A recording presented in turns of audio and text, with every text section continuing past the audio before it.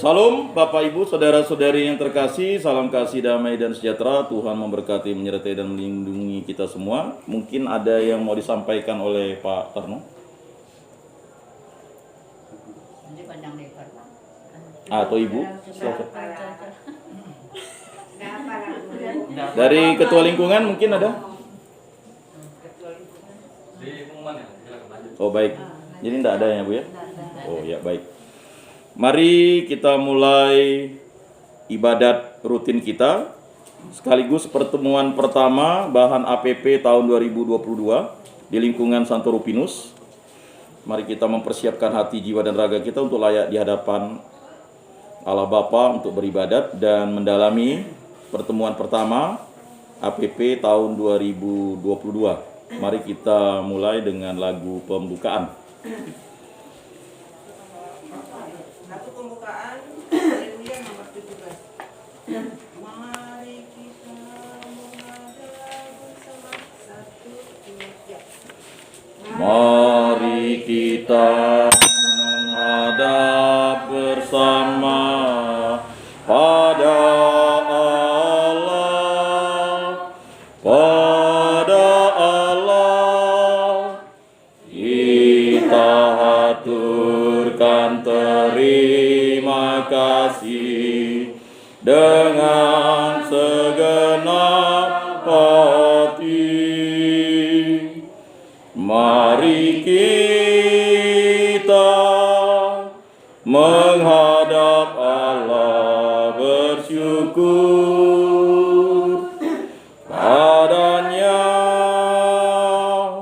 Yesus Kristus, pendorong kita sebagai kawan kita. Minta ampun atas kelalaian pada Allah dan sesama, supaya layak ikut undangan dengan gembira ria. Mari kita menghadap Allah bersyukur padanya. Yesus Kristus, pendorong kita sebagai kawan kita. Dalam nama Bapa dan Putra dan Roh Kudus. Amin. Semoga kasih karunia Tuhan kita Yesus Kristus, cinta kasih Allah dan persekutuan Roh Kudus beserta kita sekarang dan selama-lamanya. Bapak Ibu, saudara-saudari yang terkasih, tiada terasa kita sudah masuk ke Minggu Prapaskah kedua dan kita sudah menjalani, besok kita sudah menjalani Jumat yang ketiga. Jadi dalam bulan Retret Agung ini, pada masa Prapaskah ini, gereja atau kuskupan menghimbau kita di seluruh dunia untuk mendalami tema APP, khususnya bagi kuskupan-kuskupan yang ada di Indonesia dan khususnya Kuskupan Agung Pontianak. Pada malam hari ini kita akan mendalami bahan APP ini sebagai bentuk cinta kita kepada Tuhan Allah dalam masa pertobatan ini. Bapak Ibu, saudara-saudari yang terkasih, puji dan syukur kita aturkan pada Sang Penyelenggara kehidupan bahwa sampai saat ini kita diperkenankan untuk bersama-sama memuji dan memuliakannya. Dalam situasi kehidupan dunia yang belum terlalu normal akibat dampak COVID-19 yang melanda dunia dari awal Maret 2029, kita masih diberi kesehatan dan kebaikan-kebaikan dari Allah yang Maha Rahim. Pada kesempatan ini kita sebagai umat Katolik kembali mempersiapkan diri untuk melakukan pertobatan. Untuk bertobat kita mesti berjuang dan berkorban. Setiap kali kita jatuh ke dalam dosa, di situ sesungguhnya kita berjuang untuk bangun dan bangkit berdiri. Setiap kali kita jatuh dalam dosa, kita mengharapkan rahmat pengampunan dan belas kasih Allah untuk menghapuskan dosa-dosa kita. Dalam masa prapaskah atau masa pertobatan, kita semua umat Allah diajak untuk meluangkan waktu berkanjang dalam doa dan amal bakti membaharui diri. Dalam masa pertobatan tersebut, pada tahun ini kita bersama-sama mendalami tema aksi puasa pembangunan, Yesus menyembuhkan dan memulihkan kehidupan. Untuk pendalaman tema tersebut, kita umat Kuskupan Agung Pontianak dibantu dengan bahan-bahan katekese dan pendalaman yang dipersiapkan oleh Panitia APP 2022 Kuskupan Agung Pontianak. Selama kurang lebih 5 pekan kita diajak untuk merenung dan mendalami tema-tema yang telah disiapkan, yakni minggu pertama atau hari ini, badai dan pengharapan pada Tuhan. Minggu kedua atau mungkin 2 minggu lagi, membuka hati dan menerima rahmat-Nya. Minggu ketiga, 3 minggu lagi, iman yang menyembuhkan. Minggu keempat atau hampir dekat dengan masa pekan suci, Yesus Sang Pemulih Kehidupan. Sebagai bahan-bahan pendalaman ini dapat membantu kita, umat Allah, dalam melihat karya-karya penyelamatan Tuhan dalam sejarah hidup kita. Kesadaran Allah yang Maha Baik dan Maha Pengampun menyadarkan kita semua betapa Ia mencintai kita umatnya. Dosa-dosa kita tidak Ia perhitungkan, sebab jika dosa-dosa kita dihitung-hitung, siapakah yang layak di hadapan Allah? Perjumpaan dengan Allah melalui hidup sehari-hari dan cara hidup kita membuka hati dan menerima rahmat-Nya serta selalu berbuat kasih dan saling mengampuni sesama kita dapat membantu penyembuhan dan pemulihan jiwa dan raga kita. Mari kita bersama-sama dengan rendah hati dan membuka diri dari segala kesibukan untuk meluangkan waktu merenungi dan mendalami tema aksi puasa pembangunan tahun 2022. Selamat merenung dan bertobat. Bapak Ibu, saudara-saudari yang terkasih, pada pertemuan pertama, badai dan pengharapan ini bertujuan agar kita, umat, menyadari pertama adanya fenomena yang mengancam hidup manusia, menyangkut fisik, spiritual, mental, dan sosial ekonomi. Kita tahu bahwa sosial ekonomi sedang terdampak, minyak naik, minyak langka, dan tidak disubsidi. Dan ada oknum-oknum spekulan yang menampung atau menimbun, bahkan menyembunyikan. Bagi kita masyarakat kecil ini yang hanya beli 1 liter, 2 liter untuk seminggu, 2 minggu, sangat terasa sekali. Dan kita lihat banyak orang mengantri, bahkan ada memenya dalam WA group, antri terpanjang di dunia katanya. Anehnya antrinya bukan beras, minyak. Ada apa dengan minyak? Apakah kehidupan kita harus menggunakan minyak? Nah, kita ini adalah penghasil CPO terbesar di dunia. Dan menurut informasi 80% diekspor keluar, 20% saja untuk kita gunakan. Dan dari 20% itu masa tidak bisa kita mengolahnya sebagai minyak, seperti minyak kelapa atau minyak kacang. Atau kitanya yang terlalu tergantung dengan minyak sawit. Dulu minyak kelapa dan minyak kacang itu zaman saya SD itu yang ada di pasar, yang ada di toko, mudah beli 1 bungkus, 2 bungkus. Mengapa minyak kelapa dan minyak kacang menghilang sedangkan minyak sawit menjadi sesuatu yang harus kita mungkin itu juga mengingatkan kembali bahwa bukan hanya minyak sawit yang kita konsumsi, dan ini ketergantungan. Kalau minyak kelapa itu bisa kita olah sendiri, tetapi kalau minyak sawit memang membutuhkan mekanisme alat yang benar-benar bagus dan canggih. Kedua, pentingnya memupuk sikap semakin peka dan peduli kepada sesama di tengah maraknya penggunaan media sosial yang semakin sulit terkendali. Terima kasih untuk mengingatkan kepada kawan-kawan mungkin yang salah share atau menge-share sesuatu itu tidak sengaja terutama pornografi, porno aksi, kekerasan atau kecelakaan itu tidak boleh, atau menge-share orang dalam keadaan meninggal di foto. Makanya itu sebenarnya keluarga bisa berkeberatan, karena kita tahu tidak semua orang terbuka untuk hal-hal kematian. Jadi cukup kita memberitahu sakitnya apa, fotonya masih hidup yang di-share. Kalau dia dalam keadaan di peti jenazah atau apa itu untuk konsumsi Ya kalau dari jarak jauh oke lah, tapi kalau dekat sekali melihat fotonya, apalagi nanti fotonya dihakimi. Lihat orang bengkak, hitam, ini kan. Itu yang kita tidak mau, menghakimi jenazah, karena jenazah tidak bisa dihakimi. Ya. Nah itu maksudnya. Jadi hati-hati, jempol kita itu. Mari kita share sesuatu yang baik. Kalau memang ada yang salah, cepat ditegur dan kita me-WA yang bersangkutan untuk menghapus. Karena WA itu sulit dihapus, yang bisa menghapus itu yang mengirim. Ya. Nah, ini terjadi. Kemudian yang ketiga, pentingnya memiliki dan memupuk pengharapan Kristiani agar orang tidak terjebak pada kegagalan dan keputusasaan.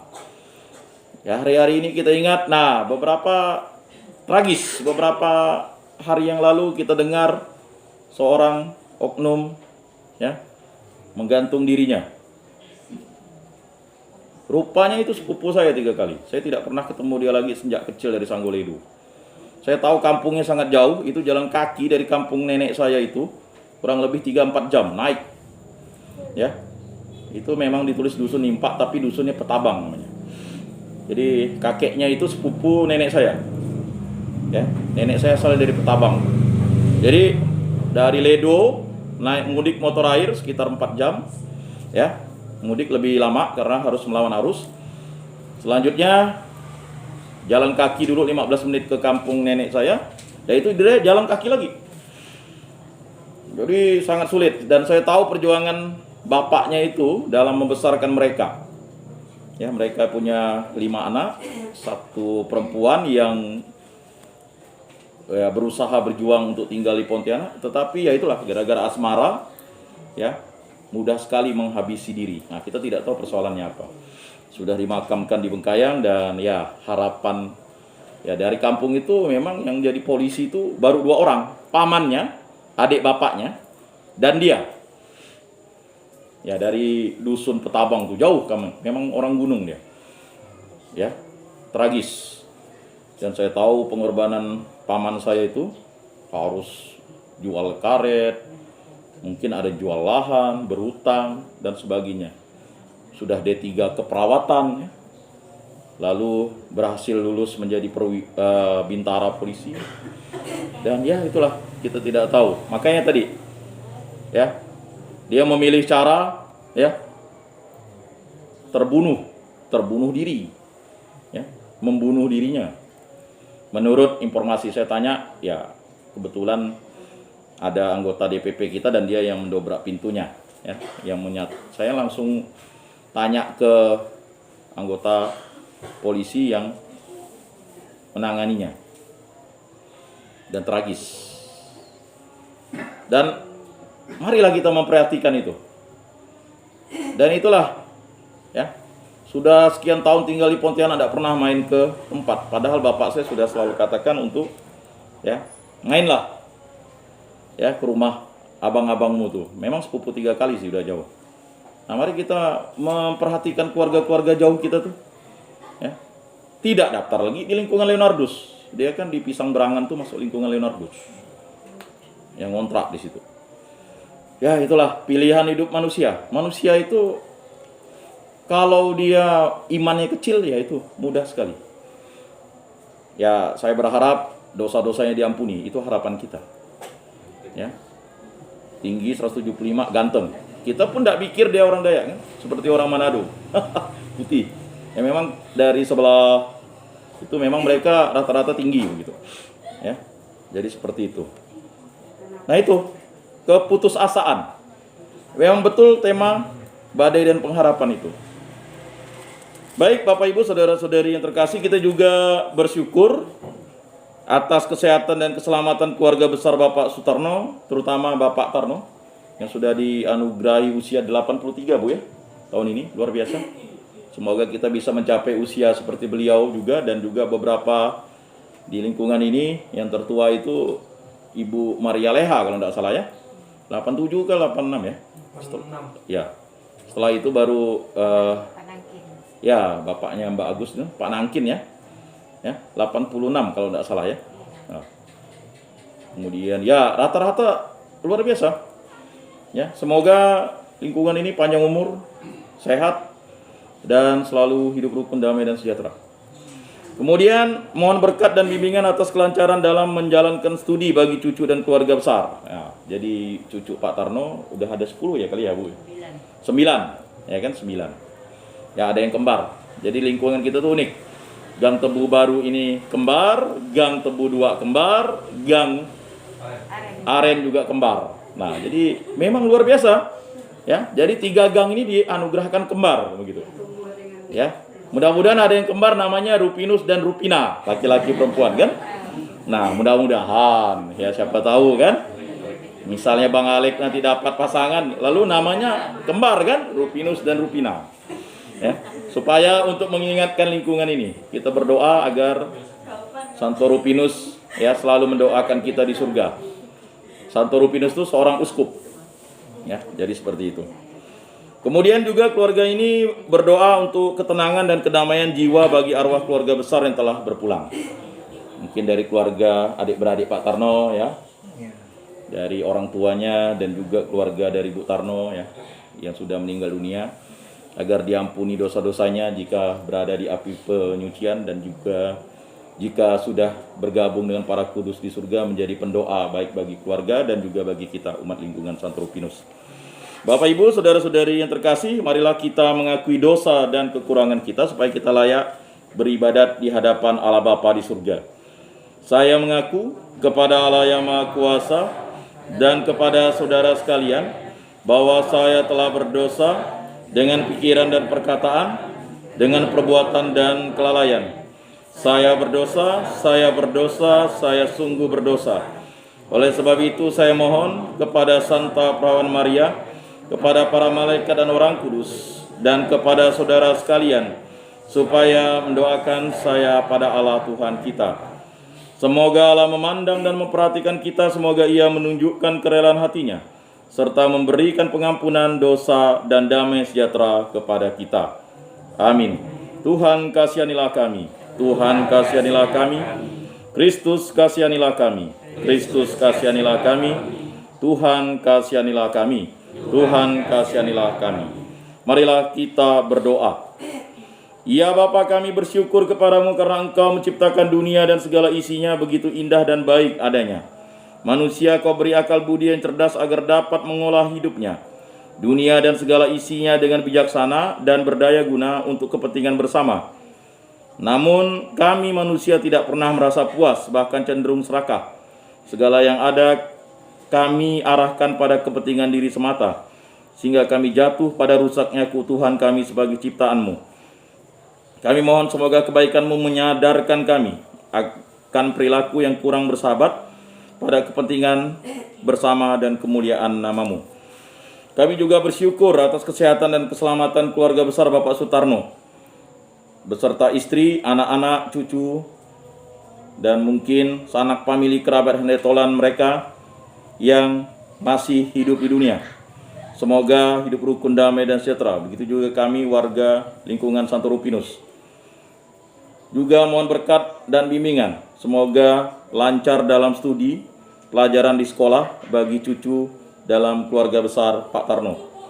Begitu juga mohon ketenangan dan kedamaian jiwa bagi arwah keluarga besar yang telah berpulang.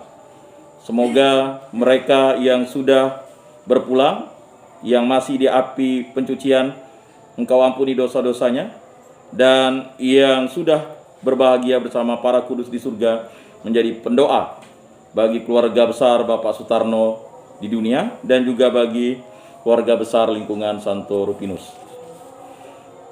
Semua doa ini kami serahkan dengan pengantaraan Yesus Kristus Putra-Mu, Tuhan kami, yang hidup dan berkuasa bersama Dikau dalam persekutuan Roh Kudus, Allah sepanjang segala masa. Amin.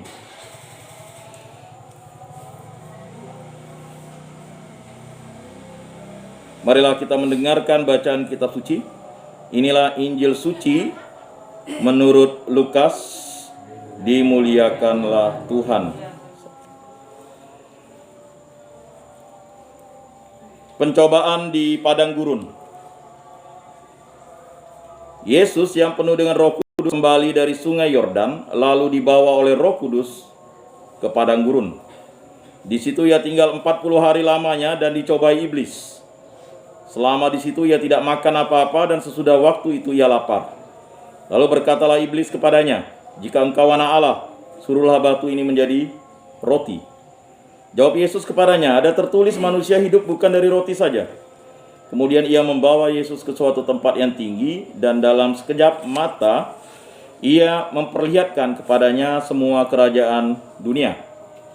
Kata iblis kepadanya, "Segala kuasa itu serta kemuliaannya akan kuberikan kepadamu, sebab semuanya itu telah diserahkan kepadaku dan aku memberikannya kepada siapa saja yang aku kehendaki. Jadi jikalau engkau menyembah aku, seluruhnya itu akan menjadi milikmu." Tetapi Yesus berkata kepadanya, "Ada tertulis engkau harus menyembah Tuhan Allahmu, dan hanya kepada Dia sajalah engkau berbakti." Kemudian ia membawa Yesus ke Yerusalem dan menempatkan dia di bumbungan bait Allah. Lalu berkata kepadanya, "Jika engkau anak Allah, jatuhkanlah dirimu dari sini ke bawah. Sebab ada tertulis mengenai engkau, ia akan memerintahkan malaikat-malaikatnya untuk melindungi engkau. Dan mereka akan menantang engkau di atas tangannya, supaya kakimu jangan terantuk pada batu." Yesus menjawabnya, katanya, "Ada firman, jangan engkau mencobai Tuhan Allahmu." Sesudah iblis mengakhiri semua pencobaan itu, ia mundur daripadanya dan menunggu waktu yang baik. Demikianlah sabda Tuhan. Terpujilah Kristus. Semoga dengan pewartaan Injil suci ini iman kita selalu dikuatkan. Amin. Bapak Ibu, saudara-saudari yang seiman dalam Kristus, pada era teknologi yang serba canggih ditambah dengan pandemi COVID-19 yang berkepanjangan, ini kita tahu ada yang namanya Delta Chrome lagi. Wah, ini aneh-aneh lagi nih. Delta Chrome. Kemarin Omicron. Delta, COVID, SARS-CoV-2. Jadi katanya ada Delta Chrome. Bahkan ada Omicron palsu katanya. Jadi Omicron palsu itu dia tidak seperti orang pilek batuk, tapi dia itu. Dah macam-macam lah sekarang. Nah, makanya ya, kita berharap ya hal-hal itu bisa kita antisipasi ya dengan vaksinasi yang sudah Bapak Ibu dapatkan. Ya, terima kasih kepada umat lingkungan Santo Rupinus yang dengan inisiatif sendiri pergi ke puskesmas, ke Rumah Sakit Antonius, mengikuti vaksinasi yang diadakan gereja bersama Polda, baik yang tahap 1 dan tahap 2 kemarin. Kemudian ada booster yang diadakan inisiatif dari Pontianak Barat, Polsek Pontianak Barat. Ya, terima kasih yang sudah hadir. Yang belum di booster silakan di booster ya. Ya, artinya ya silakan. Yang belum vaksinasi 2, vaksinasi 2. Jadi menurut informasi ya bisa dikoreksi nanti, ada sekitar 1 juta lebih yang vaksinasinya harus diulang. Jadi vaksinasi itu tidak boleh lewat dari 6 bulan, yang maksudnya vaksinasi 1 ke vaksinasi 2. Ya. Karena lewat itu berarti sudah harus diulang lagi jadi vaksin 1. Jadi begitu. Ya. Jadi yang sudah vaksin 2 ya tinggal di booster. Ya, booster itu syaratnya ada tidak batuk pilek selama sebelum 2 minggu ya kan. Ya, kalau ada batuk pilek dipulihkan lagi. Nah, itu untuk tujuannya antisipasi. Ya, entah apalah nama-namanya kan. Jadi berubah-berubah. Ya, tergantung daya tahan tubuh manusia, dan ini namanya ada Delta Chrome lagi ya kan. Entah apalah lagi nantinya. Ya. Nah, ini macam-macam lah ya. Tetapi kita yakin dan percaya bahwa sudah jalan 3 tahun kita menghadapi ini. Ya, jalan 3 tahun, 2020, 2021 dan 2022 mau jalan 3 tahun kan. Maret 2020 ya kan. Jadi ya sebenarnya 2019 sudah melanda ya di daerah Asia Timur, terutama di daerah Republik Rakyat Cina sana. Mulai datang itu, mulai orang heboh tuh ketika Desember 2019, orang pakai pemindai suhu. Kita ingat dulu tuh kan. Lama-lama mulai bulan 1 katanya sudah ada yang datang ke Jakarta. Nah, mulailah marak sampailah seluruh Indonesia, sampai ke kota Pontianak, sampai sedunia kan, mulai Maret 2020. Dan semuanya dilanda. Bukan hanya Indonesia, tapi dunia. Ada 130 lebih negara ya. Nggak tahu, katanya semuanya kena. Ya. Kalau tidak salah negara itu ada 200 negara ya. Karena ada negara-negara baru yang ya misalnya kayak Ceko dan Slovakia itu kan dia menjadi dua negara pecahan dari Uni Soviet kan. Nah, tetapi yang lebih heboh adalah terjadinya perperangan. Sudah Covid begini, perang lagi, lalu naikkan bahan pangan. Ya. Jadi perang ini juga membuat bahan pangan naik, gandum naik. Ya. Nanti bahan pangan ya macam-macam, bisa beras naik. Ini sudah mulai nampak minyak yang naik, ya. Nah, kita tidak tahu minyak itu kemana, ya. Bayangkan, ya, kalau sembako saya satu hilang itu udah ribut kan. Ini baru antri minyak, ya. Kalau antri beras lebih kacau lagi kan. Nah, ini uang ada tetapi barang tidak ada. Apalah gunanya uang tapi barang tidak ada kan? Uang itu hanya kertas, tetapi barang untuk kebutuhan konsumsi itu penting. Ya. Dan ini sesuatu yang sangat, ya, tidak bisa kita hindari lagi. Nah, kita dihadapkan pada fenomena yang mengancam keutuhan hidup manusia yang menyangkut fisik, virus corona. Kemudian kanker, ya. Kalau kantong kering juga bahaya. Kalau kanker ini ya ada di dalam tubuh manusia. Kelumpuhan dan lain-lain. Lalu spiritual ada kesombongan, iri dengki, kerakusan dan lain-lain. Mental hedonisme, ya. Muda poya-poya, ya, tua kaya raya, mati masuk surga. Ya. Itu hedonis. Ya, itu tidak mungkin. Bacaan pada hari ini tentang Lazarus dan orang kaya itu sudah mengingatkan, tidak mungkin bisa orang hidup hedonis. Ya, tetapi kan kita mulai contoh diri kita atau anak kita udah mulai hedonis. Ya kan? Muda, ya, poya-poya. Ya, menyia-nyiakan waktu untuk main game berjam-jam. Anak-anak kita nonton, mohon maaf, YouTube yang game yang tidak masuk akal ditonton, itu yang ditonton sekarang. Televisi udah jauh, YouTube terus, ya. Kemudian konsumeris. Nah, itu tadi, kita tidak lagi bisa memproduksi minyak sendiri. Kalau dulu kita ingat di kampung orang inisiatif kelapa diperas jadi minyak, ya. Sekarang ribut ibu-ibu karena sudah tidak punya pengalaman lagi atau keterampilan untuk memeras kelapa, ya. Karena kelapa ditebang, ya. Kelapa habis.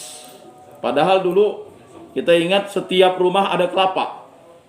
Saya ingat dulu, ya, di rumah kami Gang Sinar Pelita, bapak saya itu tanam kelapa. Tinggal satulah kelapa itu, ya. Dari ada belasan kelapa. Tinggal panjat, ya kan. Nah, sekarang kelapa mungkin di rumah, ya. Ya paling di Gang Tebu itu tinggal ya 1-2 orang saja yang punya kelapa. Udah itu setengah mati lagi naiknya kan, karena makin tinggi deh kelapa itu. Ya. Nah, lalu belum lagi mengenai masalah, ya, kemalasan. Anak-anak kita, waduh, saya tanya, mahasiswa UPB ini sebenarnya tidak perlu malas. Ikut saja kuliah, dapat nilai B dan A. Wah. Ya. Karena apa? Dulu waktu tatap muka langsung, belum ada COVID, mereka C itu udah susah-susah. Sekarang Pak, enak Pak. Cuman kita saja yang mau enggak. Kalau kita rajin Pak bisa A. Setengah rajin B. Ya kan? Ya setengah rajin kan? Belum lagi masak bodoh. Masak bodoh. Kita dengar dari anak-anak kita kan, pokok dia masak bodoh lah. Orang mau sembahyang ke ibadat, pokoknya happy terus. Kalau bisa berajojing, kan begitu. Bapaknya setengah mati doa, anaknya setengah mati ketawa. Ya kan? Jadi inilah fenomena yang terjadi. Sehingga kita harus bersatu padu untuk menghadapi itu. Kemudian, ya, belum lagi masalah sosial ekonomi, kemiskinan. Berapa banyak orang yang harus hidup miskin, tidak punya kerja, tidak punya penghasilan, ya. Belum tambah lagi iuran dan sumbangan, ya makinlah. Tambah lagi harus beli minyak yang lebih mahal 23.000 katanya. Itu yang katanya yang udah dicabut subsidi. Minyak 14.000 udah habis, diborong kan dia. Karena sudah mau dekat-dekat tahun politik, katanya diborong. Ya. Dan ini mengakibatkan ya rata-rata kita hidup di bawah kemampuan. Biarpun punya uang, tidak punya barang ya susah. Belum lagi ketidakadilan. Lalu pelecehan terhadap nilai-nilai kemanusiaan, perampasan hak sesama dan lain-lain. Ya, kemarin 2 hari lalu kami diskusi. Bahkan waktu kami ketemu, ya, seorang mantan dosen Untan itu katakan, kita jangan bangga. Kita tidak punya apa-apa di Kalimantan nih. Kita bangga memang.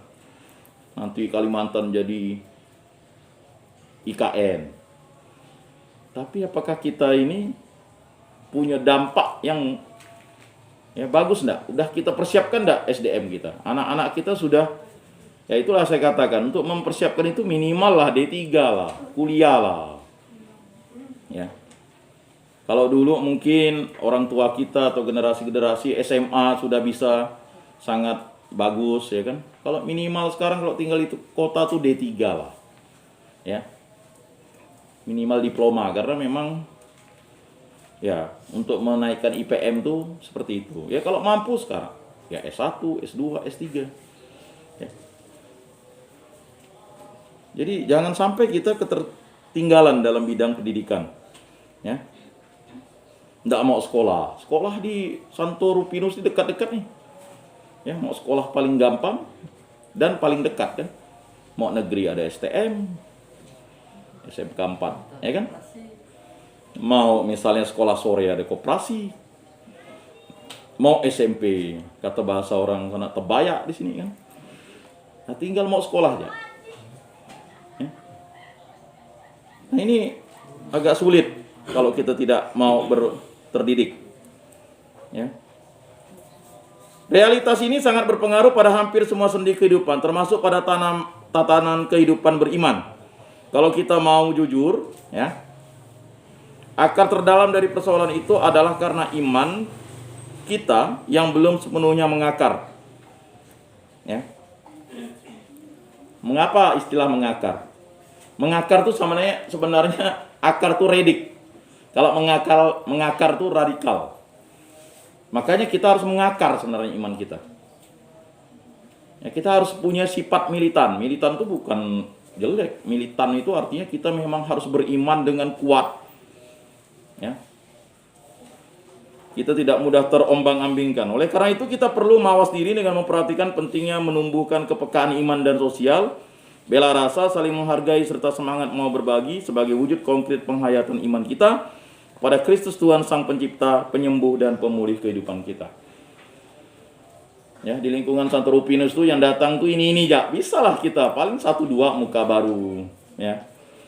Mengapa? Ya itulah tadi, semangat mengakar dan militannya kurang. Ya kalau orang tua wajarlah yang tidak punya kemampuan karena mungkin sakit dan sebagainya. Tetapi yang muda-muda kemana gitu, Bang?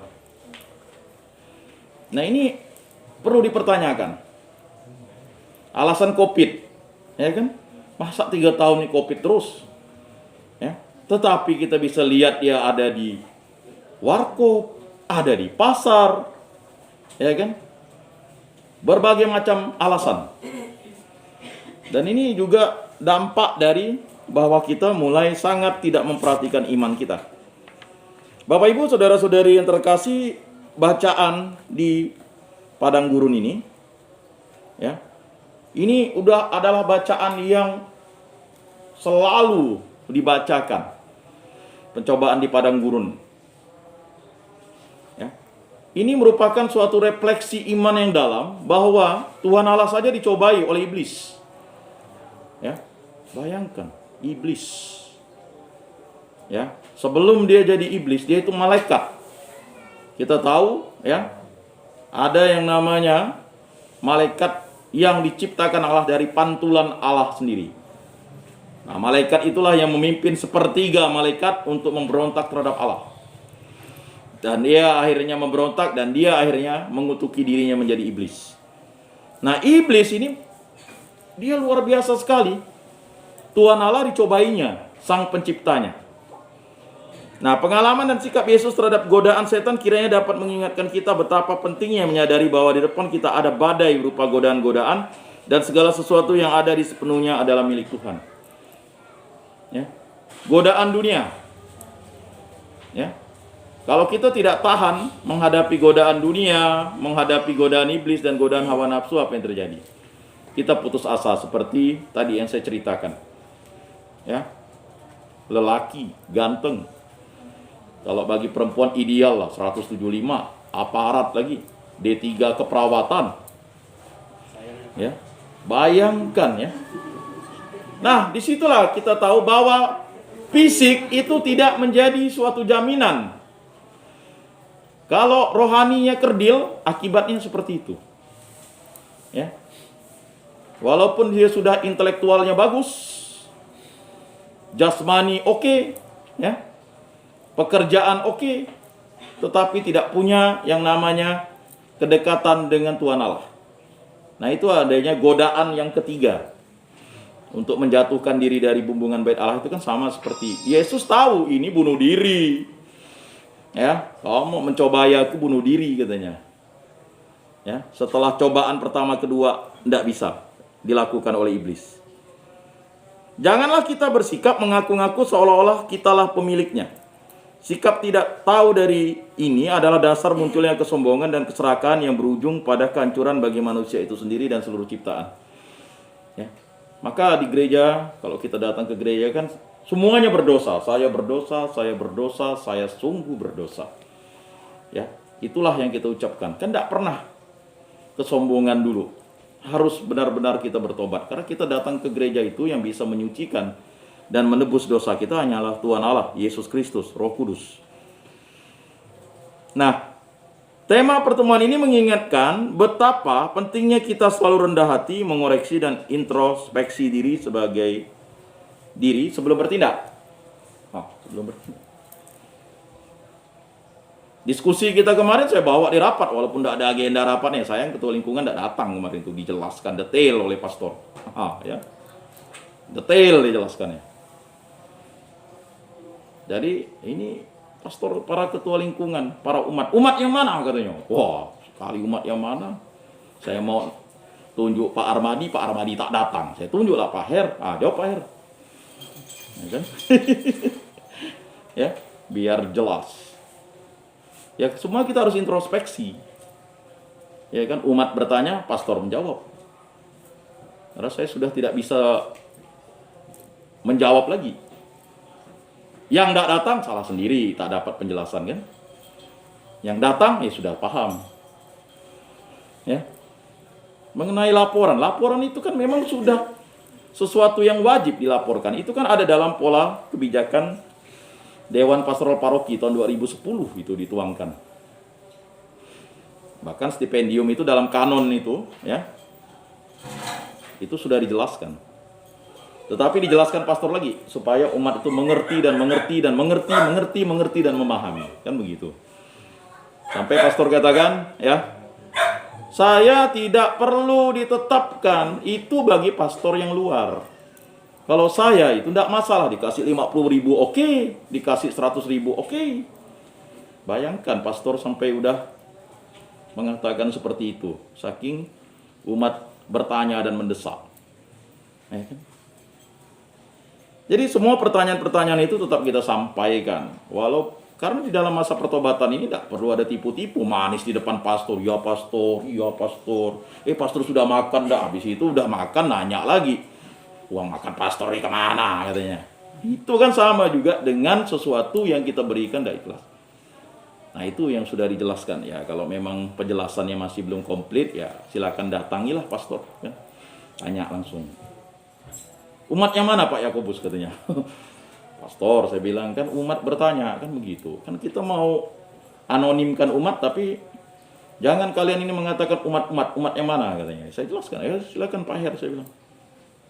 Apa yang mau dipertanyakan Pak Her? Enggak juga berani. Nah itulah saya bilang. Kalau saya sih to the point saja. Kalau memang pastor memang ya saya Kalau didesak begini, saya mundur aja lah pastor, saya bilang. Capek nih ngurus nih, saya bilang.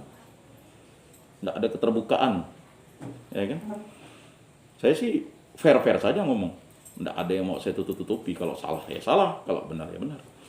Dan itu memang sudah dipertanyakan. Sehingga ya, kalau masih ada yang memang belum puas, ya di masa pertobatan ini boleh langsung to the point saja dengan beliau kan. Nah, dan nggak ada masalah. Intinya kita keterbukaan saja. Nah, ini yang maksudnya kita ya untuk rendah hati, mengoreksi dan introspeksi diri sebelum bertindak. Namun iman kita juga mengajarkan agar kita tidak mudah berputus asa. Sebaliknya selalu berpegang padanya yang maha dahsyat. Ya. Saya sudah 2 kali mengalami kondisi ya bukan shock ya. Satu dulu teman saya.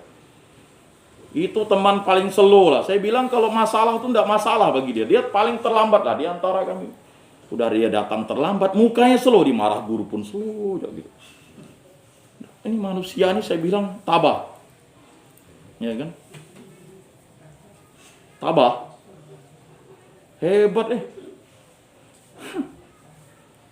Saya biasa curhat dengan dia dengarkan. Kayak orang dewasa lah dia. Lalu ada kejadian, ya pasti kalau saya sebutkan siapa keluarganya kenal. Lalu karena kami sudah pada menikah, kawin, saya tanya, kapan kawin bro? Oh gampang katanya. Ini saya sebentar lagi mau ketunangan saya nih. Ini saya pinjam CU nih katanya. Wis, doakan ya. Ya tenang. Tiba-tiba setelah tunangan pulang jatuh dari motor. Dia sudah pinjam duit dan bahkan sudah booking ke Puas Palace kan.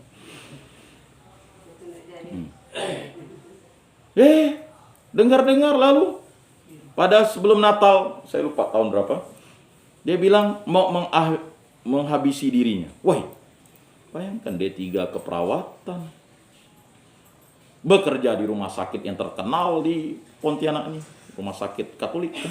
Saya tidak sebutkan, pasti tahu lah. Ya.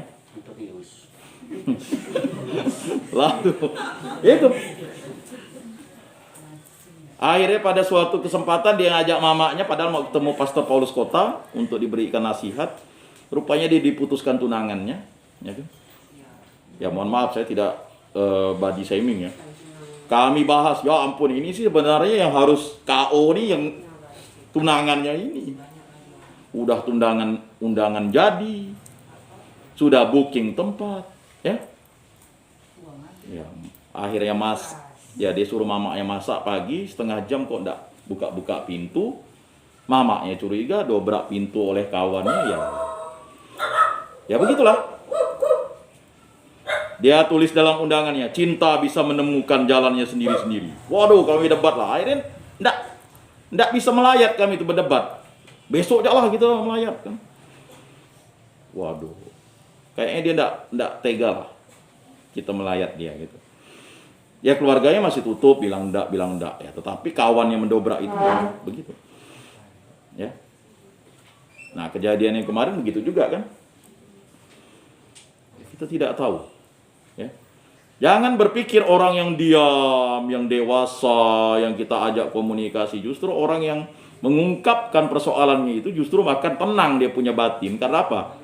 Enggak numpuk. Tapi kalau dia diam, ya kan, nggak punya ekspresi itu hati-hati. Begitu juga dengan anak kita diam, ya kan? Nggak kita ajak ya, nggak nangis. Anak kita ini tabah, dimarah pun diam, ya kan? Anak kita ini dewasa dia katanya. Nggak ada seperti itu. Ya, hati-hati. Nah ini udah terjadi. Begitu juga dengan ya, yang masih sepupu saya ini. Rajin dia waktu di Sanggoledo tuh. Tiap kali beli batu es dia ke tempat bapak saya, mama saya kan. Dialah disuruh oleh pamannya. Masih kecil ya dulu. Ya. D3 keperawatan selesai. Ya, berhasil masuk Bintara itu kan luar biasa. Ya. Makanan dijaga, tinggi badan dijaga, wow. Tubuh atletis, ya. Tetapi itulah tadi. Kalau rohani menjadi kerdil, ya akibatnya keputusasaan. Nah itu, Sebaliknya selalu berpegang padanya yang maha dahsyat. Semoga sikap yang ditunjukkan Yesus semakin dapat menuntun kita pada kebijaksanaan dan pengharapan yang sangat berguna mengatasi berbagai macam tantangan kehidupan yang serba majemuk. Jadi Bapak Ibu, saudara-saudari yang terkasih, ya, refleksinya singkat. Saya pikir Bapak Ibu pasti sudah memiliki ayat-ayatnya. Mudah-mudahan pada pertemuan kedua nanti bisa diungkapkan mana ayat yang paling bagus, paling bermakna. Kita pernah menghadapi badai dan pengharapan, ya. Kemudian kita juga tahu bagaimana contoh untuk bersikap, ya. Tadi ada kesaksian ketika saya melayani di rutan. Dia bersyukur dia di penjara, kalau tidak dia akan selingkuh dari istrinya. 30 tahun dia menjalin hubungan dengan perempuan itu, cintanya. Dan ketika dia ditangkap itu, dia bersyukur. Saya bersyukur katanya. Justru dengan ini saya setia dengan istri saya, dan kalau tidak, ya banyak kejahatan dan dosa-dosa yang akan terungkap. Ya. Karena dia sebentar lagi mau keluar. Ya mungkin waktu nanti saya ngelayani di penjara, bolehlah beberapa dari umat lingkungan datang ke rutan, lihat kondisi kan. Karena kan ada syarat tuh. Syarat mau masuk surga ya, guyon ya. Ketika aku lapar, kamu tidak memberi aku makan. Ketika aku haus, kamu tidak memberi aku minum. Ketika aku sakit, kamu tidak mengunjungi aku. Ketika aku dalam penjara, kamu tidak melawat aku. Nah, syaratnya itu. Ya kan? Jadi kita jangan berpikir penjara itu orang yang kejam. Tidak, penjara itu ya. Bahkan rutan kelas 2A Pontianak itu, tempat saya melayani seminggu sekali itu menjadi rutan percontohan yang luar biasa. Sekarang dicontoh oleh rutan Bengkayang tuh, gereja Okumeninya. Ya. Jadi mereka yang masuk ke situ mendapatkan kegiatan rohani full. Bahkan mereka kuliah sekolah tinggi, ya, teologia yang diselenggarakan oleh, ya, lembaga pendidikan Kristen. Ya. Bahkan yang Katolik enggak ngikut dia, enggak masalah untuk pendidikan. Ini luar biasa. Ya sekali-sekali lah. Bapak Kat sudah pernah saya ajak. Ya. Jadi jangan berpikir penjara itu. Tadi saya mau mengajak Bang Alek, cuman mungkin masih tidur kali dia. Nanti waktu saya kesana saya ajak. Ya. Jadi melihat. Ya melihat. Ya. Tadi ada satu keponaannya, ya, bersyukur, terima kasih Pak ya. Ya karena dia meminta, Pak, lain kali ajak keponakan saya. Kebetulan satu kantor saya ajak. Itu kan permintaan harapan. Karena kalau orang di dalam penjara kan kesepian. Ya. Kalau hanya mengunjungi biasa hanya 15 menit. Tapi ketika dia ikut bersama, duduk bersama, beribadat kan bisa sampai sejam lebih. Ya. Karena di dalam penjara itu kesepian. Jangan katakan, ya, wah nyaman di penjara. Nggak ada nyamannya orang. Ya. Penderitaan tuh hanya yang bisa ngerasakan orang di dalam penjara itu. Makanya dengan kegiatan rohani mereka sangat terbantu sekali untuk bimbingan dekat dengan Tuhan. Ya. Nah, itulah yang berpihak kepada kaum yang termarginalisasi. Mari kita membangun lingkungan Santo Rupinus ini. Kita memperhatikanlah saudara-saudari kita yang mungkin punya kebutuhan khusus, yang mungkin, mohon maaf, tanda kutip, tidak diperhatikan. Mari kita kunjungi, mungkin ada program nanti, ya kan kita ajak bicara. Justru yang perlu rekreasi ini orang-orang yang tidak pernah rekreasi sebenarnya. Kalau yang sering rekreasi mungkin tidak masalah, ya kan? Yang tidak pernah rekreasi sama sekali ya wajib ikutlah. Kapan lagi lah kita membangun hidup habitus baru ini dengan baik. Mari kita mengakui iman kepercayaan kita. Aku percayakan Allah, Bapa yang Maha Kuasa, pencipta langit dan bumi, dan akan Yesus Kristus, putranya yang tunggal Tuhan kita, yang dikandung dari Roh Kudus, dilahirkan oleh perawan Maria, yang menderita sengsara dalam pemerintahan Pontius Pilatus, disalibkan, wafat dan dimakamkan, yang turun ke tempat penantian, pada hari ketiga bangkit dari antara orang mati, yang naik ke surga, duduk di sebelah kanan Allah Bapa yang Maha Kuasa. Dari situ ia akan datang mengadili orang hidup dan mati. Aku percayakan Roh Kudus, Gereja Katolik yang kudus, persekutuan para kudus, pengampunan dosa, kebangkitan badan, kehidupan kekal. Amin. Doa umat. Ya Bapa, Engkau adalah kasih dan sumber segala ciptaan. Semuanya Engkau berikan sebagai tanda cintamu kepada manusia. Karena cintamu yang besar itu, maka saat ini kami mau menyampaikan permohonan-permohonan kepadamu untuk para pemimpin di negara kami. Ya Bapa di surga, semoga dengan berkat-Mu para pemimpin di negara kami dapat membuat kebijakan berupa program kerja yang dapat mempersatukan dan membangun kesejahteraan lahir batin secara utuh bagi seluruh warga masyarakat yang dipimpin. Marilah kita mohon. Kabulkanlah doa kami ya Tuhan. Untuk para pemimpin agama, Allah Bapa kami yang Maha Murah, terangi dan limpahkanlah rahmat Roh Kudus-Mu bagi para pemimpin agama di negara kami. Semoga mereka dimampukan menuntun umat agar tidak terjebak pada sikap sombong dan serakah. Sebaliknya kuat dalam iman dan berpengharapan. Marilah kita mohon. Kabulkanlah doa kami ya Tuhan. Bagi mereka yang berbeban berat dan putus asa, ya Bapa yang penuh kasih, hadirlah selalu kepada mereka yang mempunyai beban berat dan berputus asa. Terangilah jalan hidup mereka agar layak dan penuh dengan sukacita. Marilah kita mohon. Kabulkanlah doa kami ya Tuhan. Bagi masyarakat pada umumnya, ya Bapa yang penuh belas kasih, sertai, bimbing, dan terangilah dengan berkat-Mu masyarakat pada umumnya, agar mereka dapat arif bijaksana mengelola kehidupan ini, demi kesejahteraan dan kebaikan bersama. Marilah kita mohon. Kabulkanlah doa kami ya Tuhan. Bagi kepentingan pribadi, ya Bapa yang Maha Baik, arahkanlah dan dengarkanlah seruan hati kami yang terdalam akan pengampunan dan belas kasih-Mu. Semoga setiap langkah kami selalu terarah pada jalan yang sudah Engkau tetapkan bagi kami agar selamat dan berlimpah berkat. Marilah kita mohon. Kabulkanlah doa kami ya Tuhan. Marilah kita berdoa untuk keluarga besar Bapak Sutarno. Bersyukur atas kesehatan dan keselamatan keluarga besar Bapak Sutarno, dan mohon berkat dan bimbingan atas kelancaran dalam menjalankan studi bagi cucu dan keluarga besar. Dan juga mohon ketenangan dan kedamaian jiwa bagi arwah keluarga besar, keluarga Bapak Sutarno, dan juga keluarga besar lingkungan Santoro Pinus yang telah berpulang. Marilah kita mohon. Kabulkanlah doa kami ya Tuhan. Marilah kita menyampaikan permohonan dalam hati kita.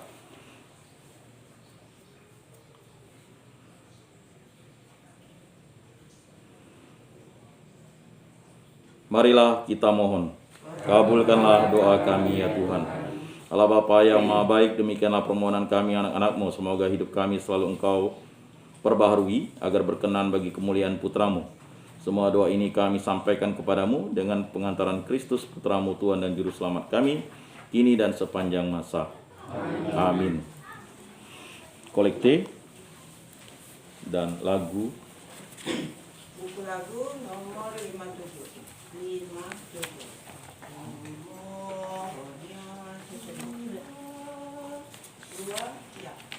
Ku mohon ya Tuhan, buka hati hamba, buatlah hamba mampu mendengar sabda-Mu. Gemakan ya Tuhan lagu panggilan-Mu, supaya jiwaku mengidungkan perintah-Mu. Tiuplah nada sabda sangkakala, supaya umat-Mu melaksanakan sabda-Mu.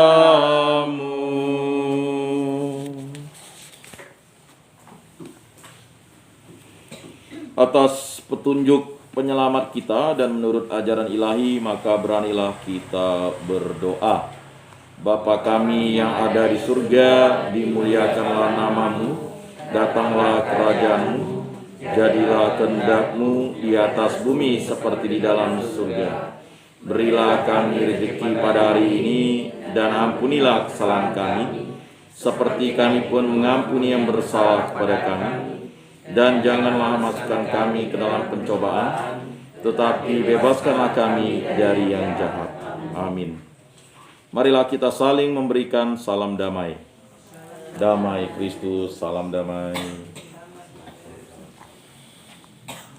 Bapak, Ibu, saudara-saudari terkasih, Yesus bersabda, "Kamu memang sudah bersih karena firman yang telah kukatakan kepadamu. Tinggallah di dalam aku dan aku di dalam kamu, sama seperti ranting tidak dapat berbuah dari dirinya sendiri kalau ia tidak tinggal pada pokok anggur. Demikian juga kamu tidak dapat berbuah jikalau kamu tidak tinggal di dalam aku. Oleh karena itu, marilah kita duduk dalam keheningan untuk menyatukan diri dengan Tuhan yang kini hadir bersama kita. Berbicaralah dengan Dia dari hati ke hati dengan mengatakan, Yesus datanglah dan tinggallah dalam hatiku. Jadikanlah hatiku seperti hatimu. Kita ulang sebanyak 3 kali. Yesus datanglah dan tinggallah dalam hatiku. Jadikanlah hatiku seperti hatimu. Yesus datanglah dan tinggallah dalam hatiku. Jadikanlah hatiku seperti hatimu. Yesus datanglah dan tinggallah dalam hatiku, jadikanlah hatiku seperti hatimu. Pengumuman.